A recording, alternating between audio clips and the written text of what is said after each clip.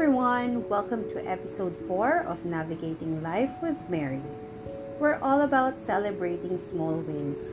So I'd like to say thank you again to those who are listening and streaming my podcast on Spotify, Google Podcast, YouTube, and TikTok. Every stream means a lot to me. But more importantly, I hope you learn a thing or two, and if you can relate to what you've heard so far, please send me a message, feedback, and encouragement through DM and comments. I would definitely love to hear from you. Last week, we talked about finding your voice. This is what now? Finding your place.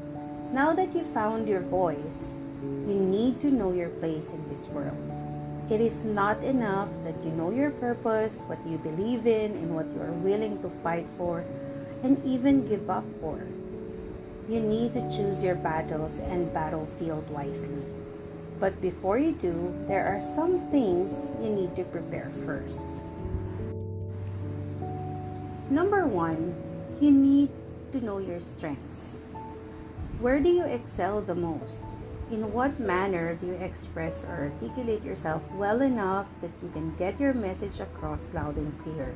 Are you good in communication, graphics, algorithm, numbers, data? Are you good in cooking or whatever your passion is? Do you express well in written form, oral, through animation, even music? Knowing what you are good at is your starting point in finding the right venue to express your opinion and influence society effectively. In my case, I express well when I write it down first, which brings us to the second point. Knowing your weakness. While I'm good in articulating myself in writing, I am not spontaneous and I easily get nervous, distracted during unexpected meetups. Knowing this particular weakness of mine means I need to plan for such events so that I won't end up embarrassing myself in important conversations that requires my opinion.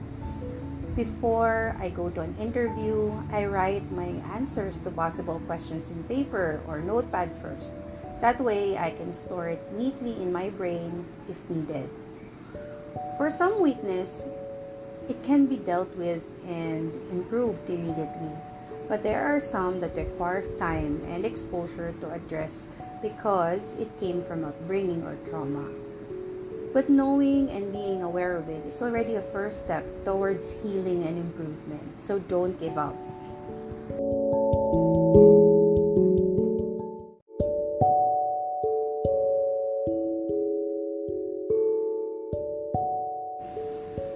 Now that you know what your strengths and weaknesses are, time to choose your battlefield wisely. Whether it is a college course, career path, or passion, this gives you an idea of the path you should take. It saves you time and empower you to put most of your effort and energy in doing tasks, activities, classes that will help you become better and eventually be the best in that field. Lastly, alliances and mentors. Surround yourself with people who brings out the best in you, not afraid to hurt your feelings, call you out, coach you, and give you feedback when you need it the most. And you do the same to them or for them, because this is how you grow. These are the people who genuinely care for you and your growth. Keep them close and cherished. They will become your lifelong friends, godparents to your future children, and vice versa. The people who will see you rise and fall, but will stay with you no matter what. This is also a reminder that you can't do everything on your own. You need, of course, God and these important people to help you succeed in your chosen battlefield. Sounds great, right? But I know it is easier said than done. It requires commitment, effort, and your time.